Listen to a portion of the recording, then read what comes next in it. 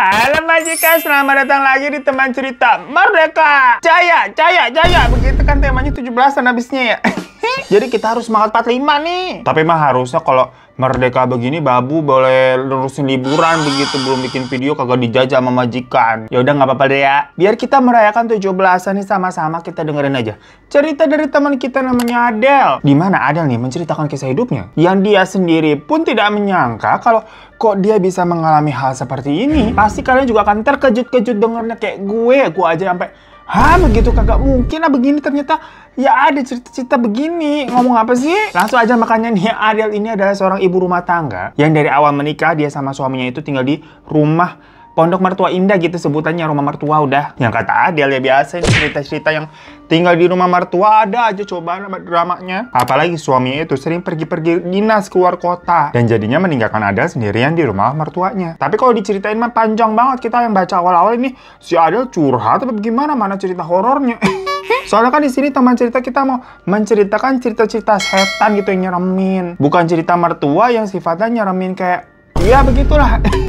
By the way, Adel ini tuh tinggalnya di daerah Pemalang, Jawa Tengah. Ya pokoknya singkat cerita nih, setelah curhat-curhatan tadi tuh Adel di rumah mertuanya, akhirnya suaminya itu bisa mendapatkan sebuah rumah dinas dari kantornya. Karena katanya suaminya naik jabatan. Tentunya Adel seneng banget dan pengen secepatnya pindah dari rumah mertuanya itu. Rumah dinasnya mah nggak gede, tapi buat mereka nih pasangan yang masih berdua doang, merupakan pasangan baru, udah lebih cukup lah. Rumahnya tuh tipe 40 pada umumnya yang ada 2 kamar tidur, 1 kamar mandi, dan juga ada ruang tamu sama dapur. Kesan pertama ngeliat lingkungannya mah enak, adem gitu, tenang karena di sekitarnya juga masih sepi. Jadi memang di sana itu semacam kayak kompleks perumahan dinas untuk karyawan-karyawan dari perusahaan suaminya tersebut. Ya tapi nggak semua orang mau pindah ke sana karena satu dan lain hal ya. Macam misalkan udah ada yang punya rumah sendiri yang lebih bagus, lebih besar, atau emang ada yang nggak mau ninggalin orang tuanya karena nggak ada yang ngerawat. Pokoknya macam-macam namanya juga alasan. Dan setelah beberapa hari tinggal di sana, suaminya ini sempat nanya kayak gimana, betah nggak? Karena gimana pun juga mereka dibebaskan sih kalau misalkan mau keluar atau balik ya boleh-boleh aja, nggak harus tinggal di sana. Itu kan hanya rumah fasilitas saja. Tapi Adel jawab,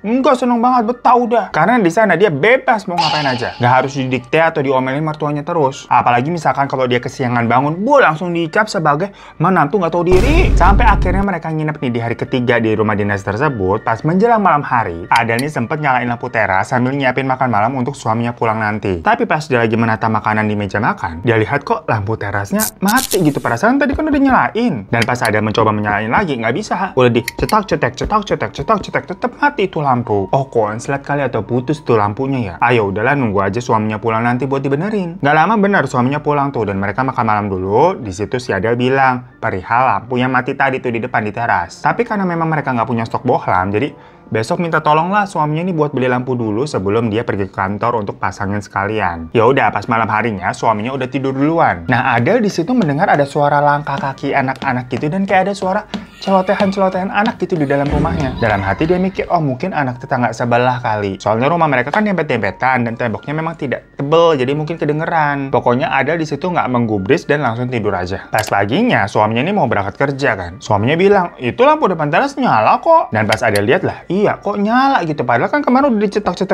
kagak bisa. Yang alhasil suaminya itu nggak jadi beli lampu dan langsung pergi ke kantor. Sementara Adel ke pasar kan mau beli sayur sama bahan-bahan makanan. Di sana dia disapa tuh sama ibu-ibu, ada namanya pokoknya Bu Wiwi katanya. Yang tahu si Adel ini orang baru. Soalnya kemarin katanya dia ngelihat Adel ini pindahan. Nah si Bu Wiwi itu nanya kayak semalam rumahnya Mbak Adel rame banget lagi ada acara ya? Lah Adel kan bilang enggak Bu, orang nggak ada siapa-siapa. Cuma saya berdua aja sama suami saya. Tapi Bu Wiwi ini tuh ngomong kalau dia ngelihat ada beberapa anak kecil kayak lalu lalang gitu di dalam rumahnya Adel dari jendela. Adel langsung diam kayak merinding kan, inget kejadian semalam dia juga dengar suara-suara. Nah pas malam harinya kejadian lampu teras tuh ulang lagi. Maksudnya dicetak kagak bisa nyala kan. Padahal tadi pagi tuh nyala tuh, jadinya nggak beli bohlam. Dan sampai suaminya pulang masih nggak bisa nyala, kayak tuh kan nggak nyala lagi. Jadi Adel bilang untuk diganti aja lah udah bohlamnya. Namun suaminya kan tuh baru balik pulang banget tuh, dibilang udahlah besok aja. Tapi Adel maunya sekarang, jangan besok-besok. Soalnya kalau gelap nih rumah takut gitu, misalkan ada maling ada apa kan bisa ngundang. Jadinya suaminya itu pergi lagi deh tuh buat beli lampu. Dan di saat itu si Adel mendengar lagi kayak ada suara-suara anak kecil di dalam rumah. Tapi udah dia cari ke setiap ruangan yang nggak ada apa-apa. Ngelihat ke arah luar juga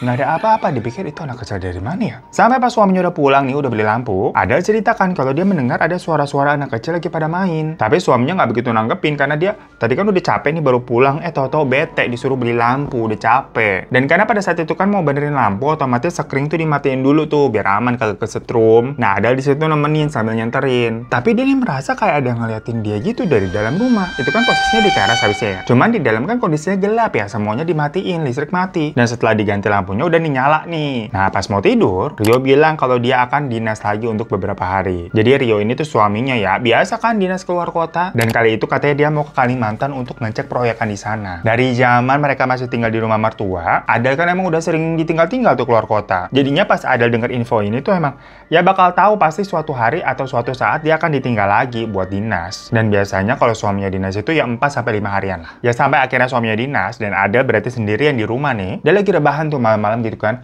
mau tidur tapi belum ngantuk. Jadi dia baca buku-buku aja tuh di kasur. Dia denger ada yang ngetok tembok di belakang kepalanya, gengs. Jadi kayak misalkan ini kasur ya, belakangnya ke tembok nih. Ada yang ngetok kayak di balik tembok gitu loh, gengs. Yang mana belakang itu rumah tetangga. Nah, Adel kan sempat kaget gitu ya. Dikira tetangga sebelah iseng kali apa bagaimana. Karena Adel juga tahu kalau di rumah tetangga sebelah sini memang ada satu anak kecil. Tapi semakin dicuekin nih, ketukan itu tuh terus berulang. Ya karena merasa terganggu ya. Dia sampai mau nyamperin tetangga sebelahnya tuh. Pas Adel mau keluar, lampu di teras mati lagi, gengs. Gak bisa nyala. Si Adel kesel kan kayak, aduh, kenapa nih kok rusak lagi gitu loh? Mana suaminya lagi nggak ada. Tapi dia tetap keluar tuh ke rumah tetangga sebelah. Dan ngetok malam-malam jam 8. Yang akhirnya dibukain pintu tuh sama tetangganya. Dan kelihatan kayak tetangganya habis bangun tidur. Ya si Adel berusaha dengan sopan dibilang kayak, sepertinya anak ibu tadi mukul-mukulin tembok terus. Saya ini jadi keganggu nggak bisa tidur. Maaf nih bu, tolong bilangin anaknya. Tapi tetangganya itu malah bingung. Enggak kok, anak saya udah tidur dari tadi. Nggak mungkin dia ngetok-ngetok tembok. Tidurnya juga sama saya. Cuma yang ada rasa kan jelas-jelas tembok itu terus diketuk-ketuk. Dan pas diceritain lagi tuh, ternyata yang berbatasan dengan kamarnya ada, itu di rumah tetangga sebelah adalah ruang keluarga atau ruang nonton TV. Dimana ya tetangganya itu yakin anaknya nggak ada di situ, orang lagi tidur sama dia. Dan tetangganya juga agak sedikit marah karena pertama udah bangunin dia tidur kan, dan si Adel semacam kayak menuduh anaknya dia. Ya karena Adel juga nggak mau debat, dia orang baru di situ, jadi dia memutuskan untuk pulang aja tidur. Tapi lagi-lagi dari kamar, temboknya masih terus diketok, dok, dok, dok, dok gitu, gengs. Cuma kali ini suaranya berpindah. Ya awalnya di belakang nih, tiba-tiba pindah ke depan kasurnya. Ya mana di balik tembok yang ada di depan kasur itu adalah ruang keluarga di rumahnya si Adel. Ya barulah di situ si Adel merinding. Dia keluar kamar tuh buat ngecek dan ngeliat ada cewek yang lagi gebuk-gebukin kepalanya di tembok sampai berdarah-darah. Itu keadaannya kan lampunya mati ya, karena tadinya kan awalnya si Adel ini udah mau tidur. Tapi pas dia nyalain lagi lampunya, seketika itu juga sosok anak tadi hilang, gengs. Jadi pas gelap kayak kelihatan ada anak perempuan bentur-benturin tembok kepalanya, pas dinyalain udah hilang. Ada yang ketakutan langsung nyalain semua lampu-lampu yang ada di rumah itu. Dia sadar kalau sosok tadi itu pastinya bukan orang, karena kan langsung hilangnya cepet banget gitu, pas lampu nyala udah hilang gitu loh. Ya udah nih, karena semuanya terang, aman tuh rumah, keadaannya udah nggak ada suara ketukan-ketukan lagi. Tahu-tahu pintu rumah yang diketok, tok, tok, tok, tok gitu. Ritme ketukannya sama kayak di tembok. Dan pas ada yang ngintip dari jendela tuh, ada sosok perempuan tadi lagi yang gedor-gedor kepalanya tuh di pintu, gengs. Perihal lampu terasa kan nggak nyala mati, jadinya suara itu terus-terusan ada. Ada langsung lari ke kamarnya baca-baca gitu kan, karena dia nggak berani keluar buka pintu di depan tuh, nggak berani kabur karena kan ada sosok itu di teras. Jadinya dia berasa kejebak di dalam rumah sampai suara itu berhenti. Besoknya Adel langsung telepon suaminya tuh, nggak pakai basa-basi. Adel minta si Rio tuh suaminya untuk mengajukan pindah rumah dinas, karena kompleks di sana kan sebenarnya masih banyak nih rumah-rumah kosong, dan berarti ini mereka jangan-jangan menempati rumah yang ada hantu. Rio yang dengar begitu nggak percaya ya, kayak ya udah nanti kalau aku udah balik kita baru bicarakan gitu loh. Pokoknya dari situ si Adel langsung waspada kalau dia lagi di dalam rumah, karena setiap malam Adel ini selalu mendengar suara ketukan-ketukan itu lagi di tembok. Tapi kalau lampu dinyalain, suara-suara itu hilang. Jadi tiap malam lampu rumahnya semuanya dinyalakan, gengs. Tapi masalahnya yang di teras itu kan masih mati ya. Makanya suara-suara itu akhirnya selalu muncul dari arah teras. Namun Adel sih merasa aman di dalam kamar dengan keadaan lampu yang menyala. Singkat cerita, pas suaminya pulang, Adel membahas hal itu lagi. Namun suaminya bilang kayak, aduh nggak mungkin deh kalau kita minta untuk pindah rumah. Karena kan hitungannya mereka di situ juga masih baru. Takutnya nanti dianggap ribet sama perusahaan. Apalagi alasannya juga kayak terdengar nggak masuk akal. Cuma balik lagi, si Adel kan jelas-jelas denger dan lihat langsung tuh penampakan waktu itu. Karena suaminya bebel, si Adel mikir ya udahlah nanti biar suaminya aja ngalamin sendiri tuh baru nyaho. Tapi anehnya di malam-malam saat suaminya ini ada di rumah, gangguan itu nggak ada. Lampu teras juga sampai akhirnya dibenerin tuh sama tukang lampu. Jadi Adel kayak sempat ya udah deh, Kalau dipikir-pikir juga tetap lebih baik tinggal di sini daripada di rumah mertua, kayak balik lagi. Sampai suatu malam nih, Adel kebangun karena dia haus. Dia keluar untuk ambil minum dengan keadaan kamar lampu menyala. Jadi semenjak itu pokoknya Adel kalau tidur nih lampunya harus nyala aja. Udah minum nih gitu kan, mau balik ke kamar. Kok kamarnya gelap, lampunya mati. Siapa yang matiin? Dan dia melihat kayak ada perempuan yang tidur di sebelah suaminya, gengs. Adel kaget langsung nyalain lampu. Dan lagi-lagi sosok itu langsung hilang. Tapi deg-degannya kan masih ada nih habis ngeliat kejadian itu. Dia langsung bangunin suaminya dan bilang kalau barusan tuh ada sosok hantu tidur di sebelah kamu, di kasur nih. Pokoknya Adel nyerocos gitu, bilang udah kita pindah rumah aja ya, takut ada apa-apa nantinya. Ya cuma suami yang awalnya tidur ya dibangunin, tahu-tahu dicerocosin begitu. Pusing lah ya. Dia malah marah dan bilang si Adel nih banyak nuntut. Udah syukur dapet rumah dinas, bisa keluar dari rumah mertua, sekarang minta pindah lagi gitu, kamu gak ada bersyukurnya. Ya malam itu pokoknya mereka berantem. Tapi ujung-ujungnya besoknya Rio duluan tuh suaminya yang baik-baikin si Adel dengan ngasih hadiah. Takut nggak dapet jatah kali ya. Ngomong-ngomong hadiah, ini ada rekomendasi barang, gengs, yang bisa kalian jadiin gift, jadiin hadiah. Nih, Holy Grail Shimmer Perfume Bundle, gengs. Cantik banget nggak sih isinya? Ini tuh parfum terbaru dari Holy Grail dengan glitter yang bisa memberikan efek shining, shimmer, dan splendid di kulit. Jadi bukan parfum biasa. Dimana dalam satu box ini tuh isinya ada 4 varian dengan wangi dan botolnya berbeda-beda. Ada Fairy Baby, Fairy Tale Dream, Vanilla Eclair, dan Midnight. Jadi ini misalkan kalian semprotin di kulit gitu kan. Misalnya di leher juga biasa kita kalau pakai parfum. Selain memberikan aduh, wanginya enak banget. Sorry gagal fokus. Itu juga bisa memberikan efek kayak shimmer-shimmer gitu, gengs. Memang nggak lebay, tapi membuat kulit tuh jadi kayak glowing gitu loh, gengs. Dan dari 4 ini tuh masing-masing ukurannya kan 50 ml ya nih. Jadi total berarti 200 ml. Tapi sepaket ini harganya cuma 149.000 coba. Ada gila-gilanya emang Holy Grail ya. Kalau wangi mah nggak usah kita bahas ya. Aduh, enak banget. Holy Grail mah udah nggak usah didebat. Udah terkenal banget wanginya tuh juara. Awet karena ini memang Eau de Parfum yang bisa awet itu 6-9 jam. Jadi mumpung promo nih, gengs, kalian nih harus banget deh check out parfum shimmer yang cantik-cantik ini. 4 biji 149.000. Kapan lagi coba sebelum balik lagi ke harga normal ntar? Bisa buat kalian sendiri atau kasih kado patungan tuh. Cantik banget, bagus banget. Pokoknya semua linknya ada di deskripsi bawah ya.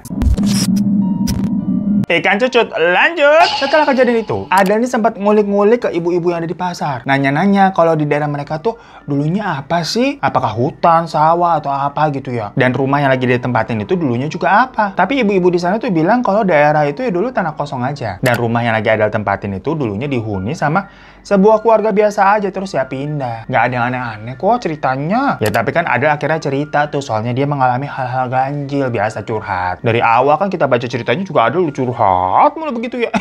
Nah, bisa gimana pun juga kan dia benar-benar melihat penampakan hantu tuh anak kecil perempuan. Salah satu ibu-ibu di sana tuh bilang mungkin itu penunggu rumah kali ya, namanya rumah kan ada aja gitu penunggunya ya. Kalau misalkan ada yang ngerasa keganggu nih, coba besok-besok datang ke pengajian. Ngomong sama ustazah di sana, nanti siapa tahu bisa dibantu. Ya udah, abis balik dari pasar, si Adel balik ke rumah kan. Dia kaget kalau rumahnya tau-tau berantakan banget. Sampai berdebu gitu, gengs. Yang ternyata suaminya lagi bobok plafon. Adel nanya kok dibongkar, ini kan rumah dinas, emang boleh dibongkar-bongkar begini? Suaminya bilang, soalnya tadi dia dengar ada suara anak kecil minta tolong di atas plafon. Mereka berdua sampai pakai tangga lipat gitu dan ngeliat tuh ke atas plafon. Pakai senter gitu kan, tapi nggak ada apa-apaan. Nah, di situ Adel bilang, kayaknya kamu juga udah mulai diganggu deh nih, kan?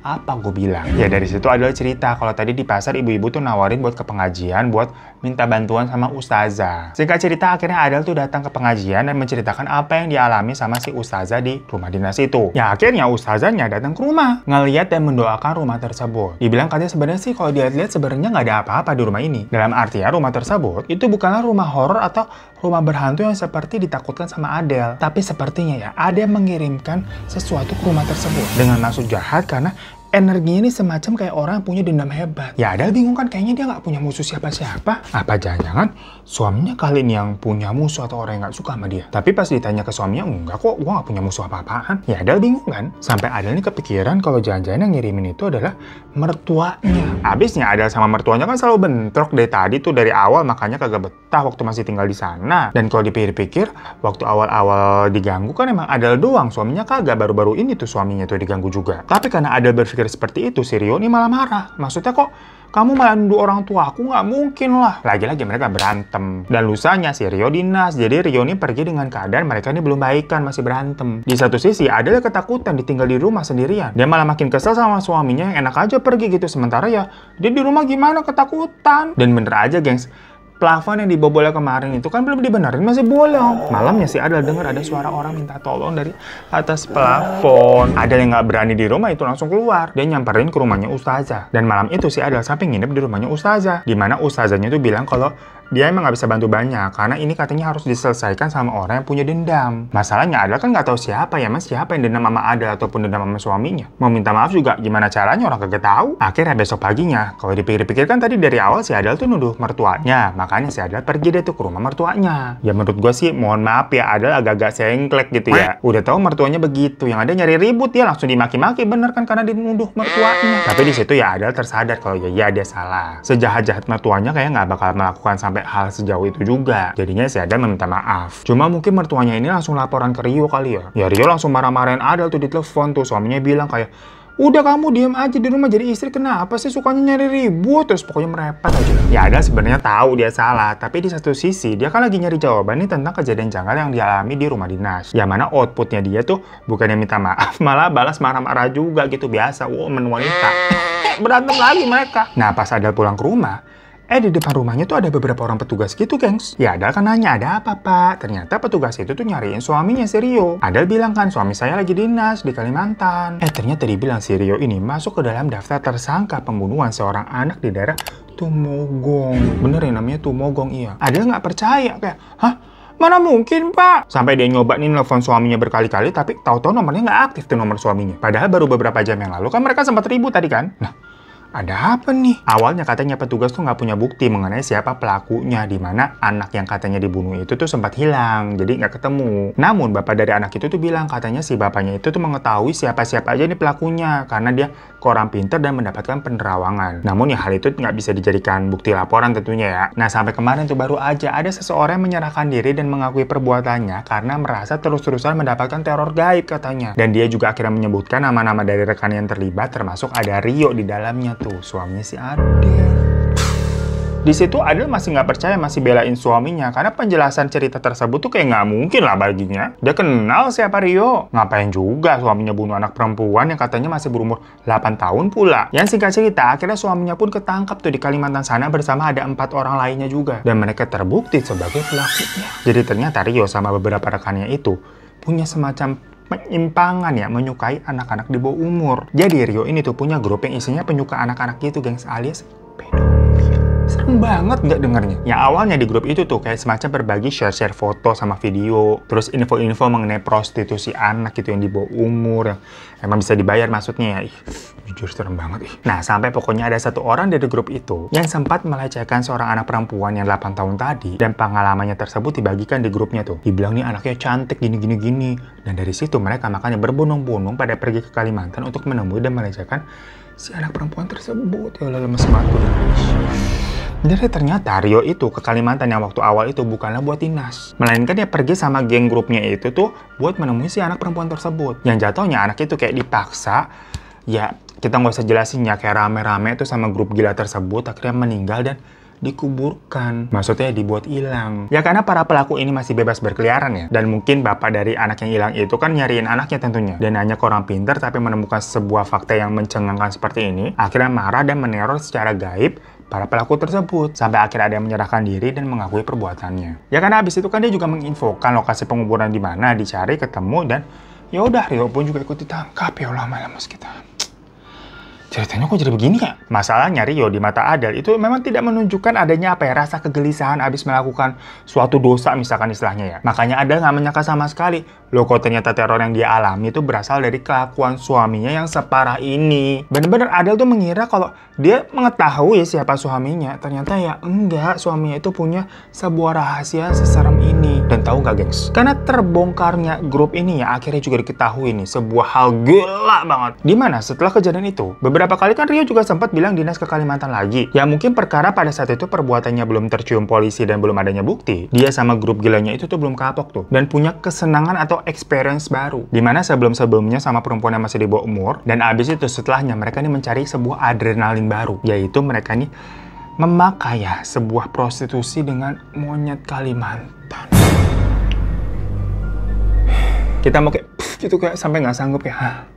Pas gue baca beber kayak Jadi penyimpangannya tuh udah ngotak. Monyet gengs dipakai. Ini tuh ya Allah, manusia pak. Monyet aja kelakuannya kayak begini ya. Ada gila-gila. Gila, bukan ada gila-gila. Gila banget ya kita sampai nggak bisa ngomong udah. Kalian pasti juga nggak bisa bayangin kan. Yang gue bingung ada ya isi grup psikopat kayak begitu tuh orang-orangnya kayak mana ya. Ada aja sampai bilang, monyet, Van, bayangin monyet. Suami gua katanya pernah berhubungan dengan monyet, terus pulang-pulangnya sama gua, sama si Adel maksudnya. Untung Adel nggak kena penyakit yang aneh-aneh. Tapi pas dibilang suruh bayangin ya jujur, tadi tuh gua gak bisa bayangin. Mohon maaf sama monyet. Gimana sih? Konsep pikirannya tuh apa? Adel akhirnya kan sempat ketemu tuh sama suaminya di penjara. Karena ya Adel sebenarnya masih di denial, gengs. Ya wajar, kita juga ngerti. Pasti juga nggak kepikiran, hah, suami gue mau monyet gitu loh. Dia berharap semua tuduhan itu hanyalah fitnah. Tapi suaminya pas ketemu Adel langsung sujud-sujud minta maaf. Di situ Adel baru tersadar kalau semua cerita tadi ya beneran dilakukan sama Rio, suaminya. Adel sempat ke psikiater selama 3 tahun tuh untuk menyembuhkan apa ya semacam traumanya akibat rahasia dari suami yang gila ini. Jujur Adel tuh sebenarnya cinta sama suaminya. Karena suaminya gimana pun juga nggak pernah berbuat jahat ke dia. Namun perbuatan suaminya itu tuh kayak rahasianya yang terlalu gila itu Adel nggak kuat buat nanggung. Akhirnya Adel memutuskan untuk bercerai saat suaminya masih di dalam penjara. Dan gangguan-gangguan dari hantu anak kecil itu juga udah nggak pernah dirasakannya lagi. So itu guys cerita dari teman kita Adel yang gak ketebak banget, kayak patah banget ceritanya. Tau-tau kayak apa? Gue pas baca juga sampe, hah?